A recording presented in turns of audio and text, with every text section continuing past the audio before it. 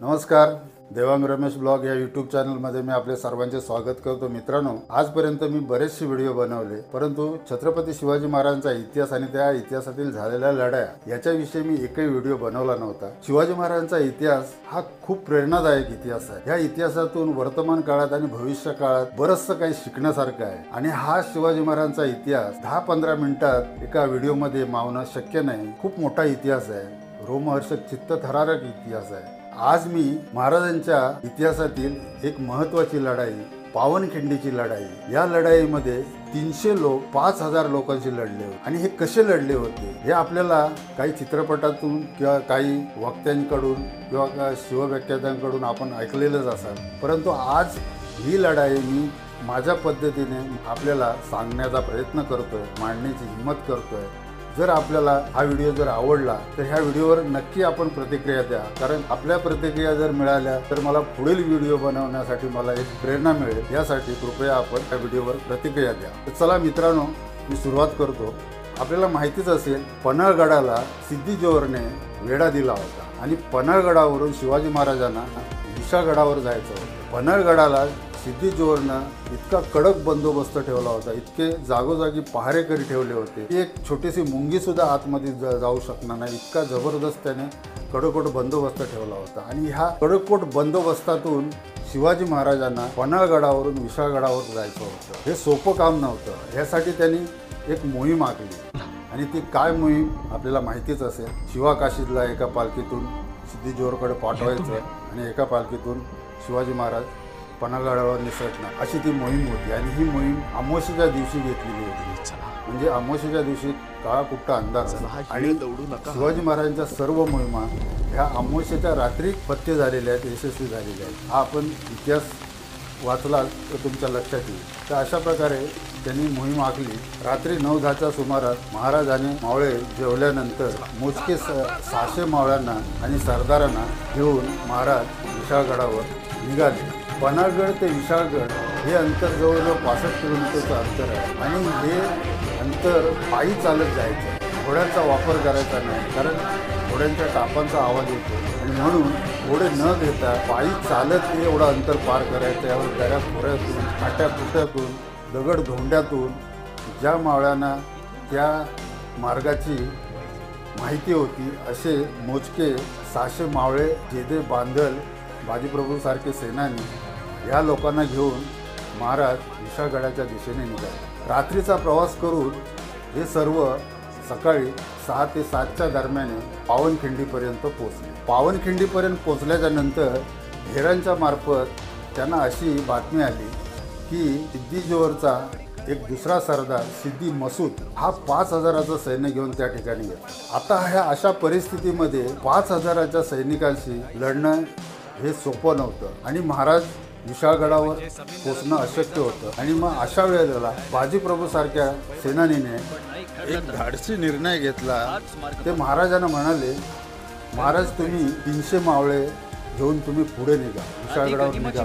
मी 300 लोकांना घेऊन या खिंडीच्या तोंडाशी उभा राहतो सिद्धी मसूदच्या सैन्याला थोपवण्यासाठी। तुम्ही 300 लोकांना घेऊन निघा। महाराजांना ही कल्पना तितकीशी आवडली नाही, तरी बाजीप्रभू देशपांडे त्यांना म्हणाले, महाराज तुम्ही निघा, लाख मेले तरी चालतील, पण लाखाचा पोशिंदा जगला पाहिजे, तुम्ही निघा महाराज। आता ह्या सर्वांच्या विनवण्यांना मान देऊन महाराज 300 लोकांना घेऊन विशाळगडाच्या दिशेने निघाले। आता हे महाराज 300 लोकांना घेऊन विशाळगडावर निघाल्याच्या नंतर बाजीप्रभू देशपांडे आणि त्यांच्याबरोबर असलेले 300 मावळे हे पावनखिंडीच्या ठिकाणी सिद्धी मसूदच्या सैन्याला थोपवण्यासाठी सज्ज झाले। ह्या सैन्याला थोपवण्यासाठी बाजीप्रभूने गनिमी काव्यानुसार त्यांनी एक युद्धाची नियोजनबद्ध अशी आखणी केली। त्यांनी असं ठरवलं की सिद्धी मसूदचं 5000चं सैन्य हे या खिंडीतून एका वेळेला आरपार जाऊ शकत नाही। जर त्यांना जायचंच असेल तर ते 1-1, 2-2 करून जाऊ शकतील आणि म्हणून बाजीप्रभू देशपांडेने पावनखिंडच निवडली, कारण पावनखिंडीचा पुढील प्रदेश हा संपूर्ण मैदानी प्रदेश होता आणि ह्या मैदानी प्रदेशमध्ये 5000 सैन्याशी लढणं अवघड होतं आणि म्हणून ह्या खिंडीमध्येच ह्या सैन्याला आपण थोपवू शकतो अशी युक्ती बाजीप्रभू देशपांडेंना सुचली आणि त्याप्रमाणे त्यांनी गनिमी काव्यानुसार त्या ठिकाणी 300 मावळ्यांची व्यूहरचना केली आणि त्याच्यामध्ये रायाजी बांदल सारखे सेनानी होते. आता त्यांच्या युद्धनीतीप्रमाणे त्यांच्या गनिमी काव्यानुसार त्यांनी खिंडीच्या तोंडासमोर 100 मावळे उभे केले.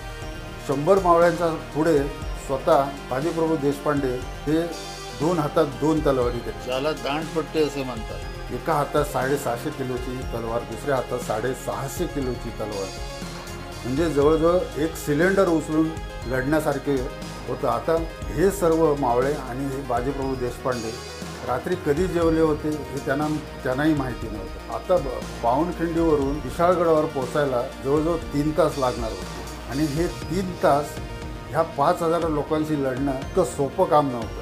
आणि समोरून जे सिद्धी मसूदचं सैन्य येणार होतं हे ताज्या दमाचं सैन्य होतं, हे सैन्य दमलेलं नव्हतं.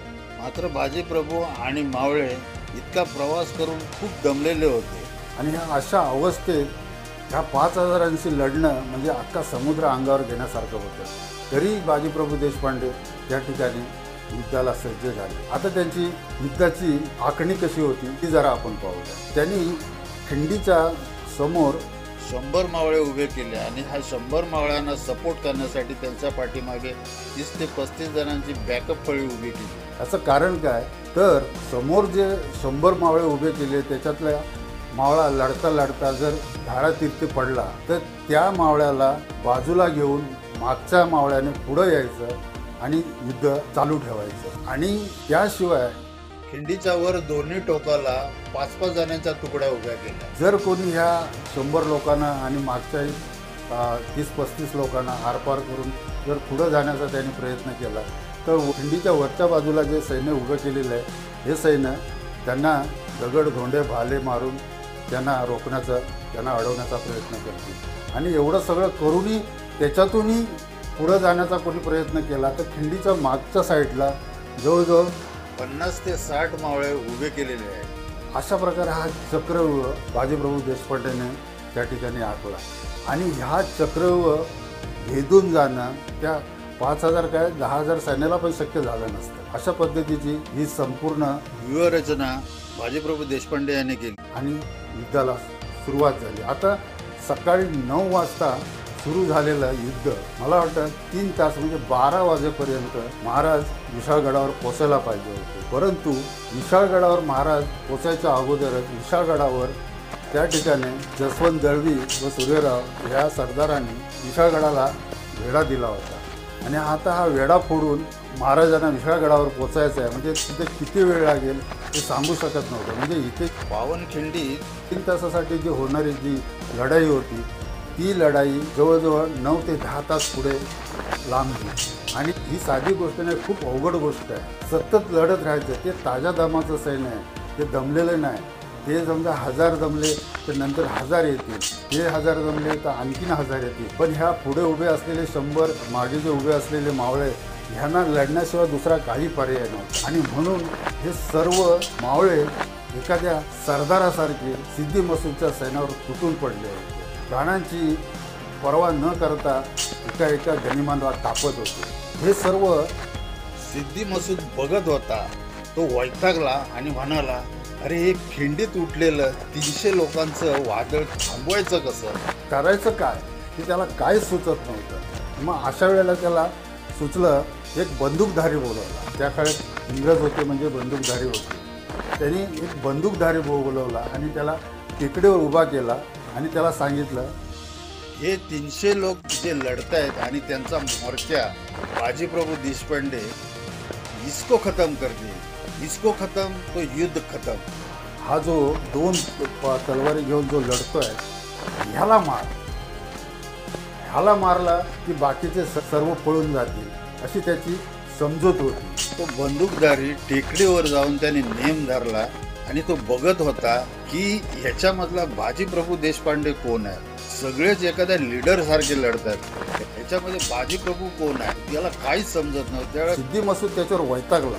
तो त्याला त्या बंदूकधारीला म्हणतो, अरे क्या हुआ, खतम कर उसे. तेव्हा बंदूकधारी त्या सिद्धी मसूदला म्हणतो, अरे वो बाजीप्रभू कौन है ये तो मुझे बताओ. आणि बंदूकधारीच्या या बोलण्यावरून सिद्धी मसूदने जे वर्णन केले आहे बाजीप्रभू देशपांडेचं ते ह्या लढाईला दर्शवून जातो. तो सिद्दी मसूद त्या बंदूकधाऱ्याला म्हणाला, अरे सबसे लाल हुआ है ना. जो रक्त बंबाळ झालेला आहे, ज्याच्या शरीरावर जखमायला कुठेही जागा शिल्लक नाही, तरी तो लढतोय. और दो हाथ में तलवार लेके जो लड़ रहा है ना, वो बाजी प्रभू है, उसको खत्म कर. आणि त्यानंतर त्या बंदूकधाऱ्याने बाजी प्रभूच्या छातीचा वेध घेऊन बरोबर नेम धरला आणि गोळी सोडली. ती जाऊन बाजी प्रभूच्या छातीत घुसली. गोळी छातीत घुसताच क्षणी बाजी प्रभू खाली पडले. खाली पडल्याच्या नंतर त्यांना एका क्षणात वाटलं की हा आपला मृत्यू आहे, आता मला मृत्यू येणार. परंतु दुसऱ्या क्षणी त्यांना आठवण झाली की त्यांनी महाराजांना वचन दिलं आहे, जोपर्यंत तुम्ही विशाळगडावर पोचत नाही, तोफांचा आवाज येत नाही, तोपर्यंत एकाही गनिमाला ही खिंड ओलांडून येणार नाही. आणि अजून तोफांचे आवाज आलेले नाहीत, याचा अर्थ महाराज अजून विशाळगडावर पोचलेले नाहीत, मला मरण मान्य नाही. ते परत उठले. अंगावर इतक्या जखमा होऊन, इतक्या गोळ्या लागून, अंगावर इतके वार होऊन सुद्धा ते परत उठले, परत लढायला लागले. तोपर्यंत लढत होते जोपर्यंत तोफांचा आवाज येत नाही. आणि तोफांचा आवाज आला. तोफांचा आवाज बावजी प्रभूच्या कानात आला आणि बावजी प्रभू म्हणाले, अजय राजे विशाळगडावर पोचले. आत्तापर्यंत जो मृत्यू बाजूला उभा होता, त्या मृत्यूला ते म्हणाले, अरे ये बाबा, आता घेऊन जा. ज्या कामासाठी मी या ठिकाणी उभा होतो ते काम संपन्न झाले. माझे राजे विशाळगडावर पोचले आहे. आता माझा तू प्राण घेऊन जा. आणि त्यानंतर बाजीप्रभूने आपला देह जमिनीवर टाकला आणि त्यांचा त्या ठिकाणी मृत्यू झाला. त्यांनी आपल्या स्वामीनिष्ठेसाठी आणि स्वराज्यासाठी आपलं प्राणांचं बलिदान दिलं आणि ते शहीद झाले. आणि त्यानंतर ते 2500 सिद्दी मसूदचं सैन्य, जे कोणी मावळे तिथे शहीद झाले होते, बाजीप्रभू देशपांडे शहीद झाले होते, त्यांच्यावरून ओलांडून ते पुढे निघून गेले. ज्यावेळेला हे बाजीप्रभू देशपांडेला घेऊन जाण्यासाठी आले, त्यावेळेला बाजीप्रभू देशपांडेचा अख्खा देह सापडलाच नाही, तुकडे तुकडे झालेले होते. काय म्हणावं या वेडेपणाला? असं कसं करू शकतात हे लोक? काय म्हणावं या निष्ठेला? सकाळी 9 वाजता सुरू झालेलं युद्ध संध्याकाळी 6-7 वाजेपर्यंत युद्ध चालू आहे. तरी हे 300 मावळे आणि बाजीप्रभू आपली प्राणांची बाजी मारून त्या ठिकाणी लढत बसतात. तर मित्रांनो, ह्या लढाईतून मला एक गोष्ट शिकण्यासारखी वाटली. आपण म्हणतो मी खूप काम केलं, खूप मेहनत केली, पण त्यावेळेला बाजीप्रभूला आठवा, म्हणजे आपल्याला कळेल की आपण काहीच नाही केलं. कारण आपली जी कामगिरी असते ना, आणि ती आपल्या ध्येयाच्या पेक्षा ना कमी पडते.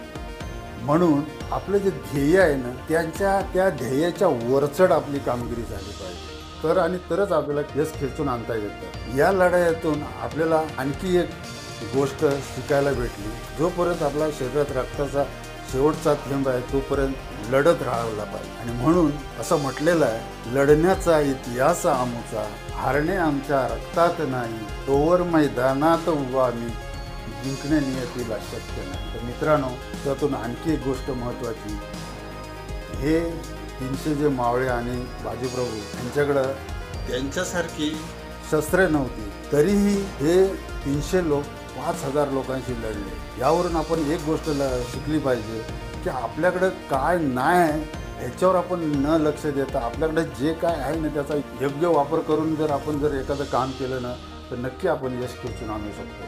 तर मित्रांनो, ह्या पावनखिंडीच्या लढाईतून आपल्याला खूप काही शिकण्यासारखं आहे. आणि अशाच शिवाजी महाराजांच्या ज्या लढाया झाल्या आणि त्यांचे जे सरदार जे स्वराज्यासाठी त्यांनी प्राणांची आहुती दिली, त्या प्रत्येक लढाईतून आपल्याला शिकण्यासारखं बरंच आहे. आणि ती प्रत्येक लढाई इतकी नियोजनबद्ध आहे, ध्येयनिष्ठ आहे की, आणि ह्या लढाया आणि शिवाजी महाराजांचा इतिहास जर आपण वाचला तर नक्कीच आपण आपल्या ध्येयाच्या मार्गाने वाटचाल करू शकता आणि यश आपल्याकडे खेचून आणू शकता.